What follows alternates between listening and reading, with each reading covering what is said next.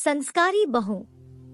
ये क्या बहू, तुम बिना घूंघट किए बाहर से चली आ रही हो। मोहल्ले वाले देखेंगे तो क्या सोचेंगे? हमारी इज्जत का जरा भी ख्याल नहीं है तुम्हें। हमारे खानदान में बहुएं बिना घूंघट बाहर नहीं निकलती। कितनी बार समझाया है तुम्हें, पर तुमने तो सास की बात न मानने की कसम खा रखी है। तुम्हारी माँ ने तुम्हें सिखाया नहीं कि ससुराल में कैसे रहना है। निकिता के घर में आते ही सास शोभना जी ने हमेशा की तरह तानों की बौछार करनी शुरू कर दी। निकिता की शादी 6 महीने पहले ही हर्ष से हुई है। उसकी ससुराल में सास ससुर, एक छोटी ननद पूर्वी और उसके पति हर्ष ही थे। छोटा परिवार था। ससुराल में निकिता के लिए बहू वाले सारे नियम लागू थे। सास तेज स्वभाव महिला थी। घर में उन्हीं का शासन चलता था। घर के सारे कामों की जिम्मेदारी निकिता को सौंपकर उन्होंने घर के काम से मुक्ति पा ली थी। निकिता ससुराल के माहौल में रचने बसने की पूरी कोशिश करती थी। घर की सारी जिम्मेदारी भी बखूबी संभालती थी, पर फिर भी कुछ गलती हो जाए तो सास ताने देना शुरू कर देती थी कि तुम्हारी माँ ने तुम्हें कुछ सिखाया नहीं, कोई संस्कार नहीं दिए। बात बात पर मायके वालों का अपमान करती थी।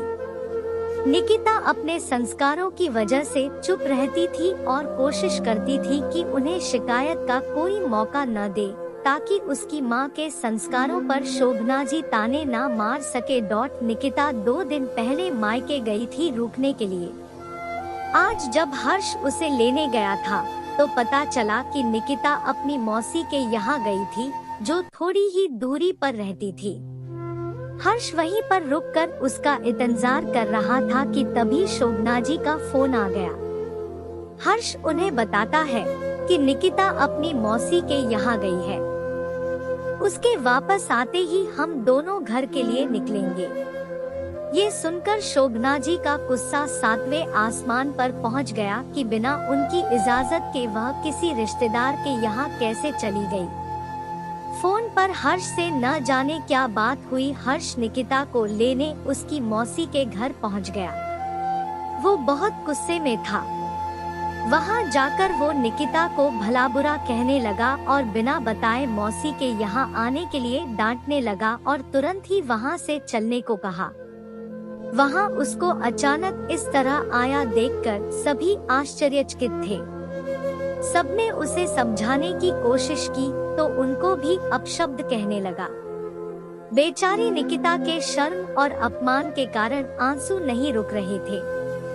हर्ष उसे लेकर सीधे अपने घर आ गया था।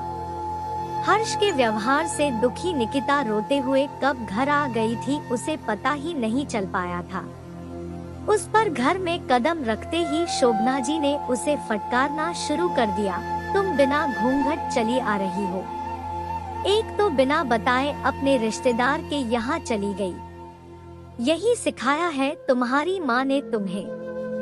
निकिता, जो हर्ष के बर्ताव से पहले ही बहुत क्षुब्ध थी, आते ही सास के ताने सुनकर उसका सब्र का बांध टूट गया।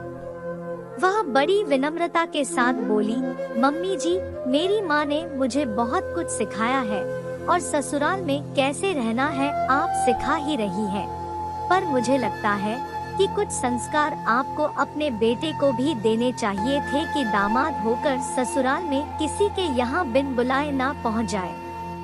और किसी का अपमान करने का अधिकार तो उन्हें बिल्कुल भी नहीं है, क्योंकि संस्कारों की जरूरत सिर्फ बहू को ही नहीं होती है। हर्ष ने निकिता से कहा, तुम माँ से बदतमीजी कर रही हो। निकिता, मैं माँ से बदतमीजी नहीं कर रही हूँ, बल्कि उन्हें बता रही हूँ कि जिन संस्कारों की उम्मीद वे अपनी बहू से करती हैं, उनके बेटे में भी होने चाहिए। बहू को कैसे रहना चाहिए ये बात तो मम्मी जी हमेशा बताती है, पर दामाद को ससुराल में कैसा व्यवहार करना चाहिए ये बात शायद आपको बताना भूल गई। निकिता से ऐसे जवाब की दोनों को उम्मीद न थी। उसका जवाब सुन और उसका क्रोध देख दोनों ने शांत रहना ही उचित समझा।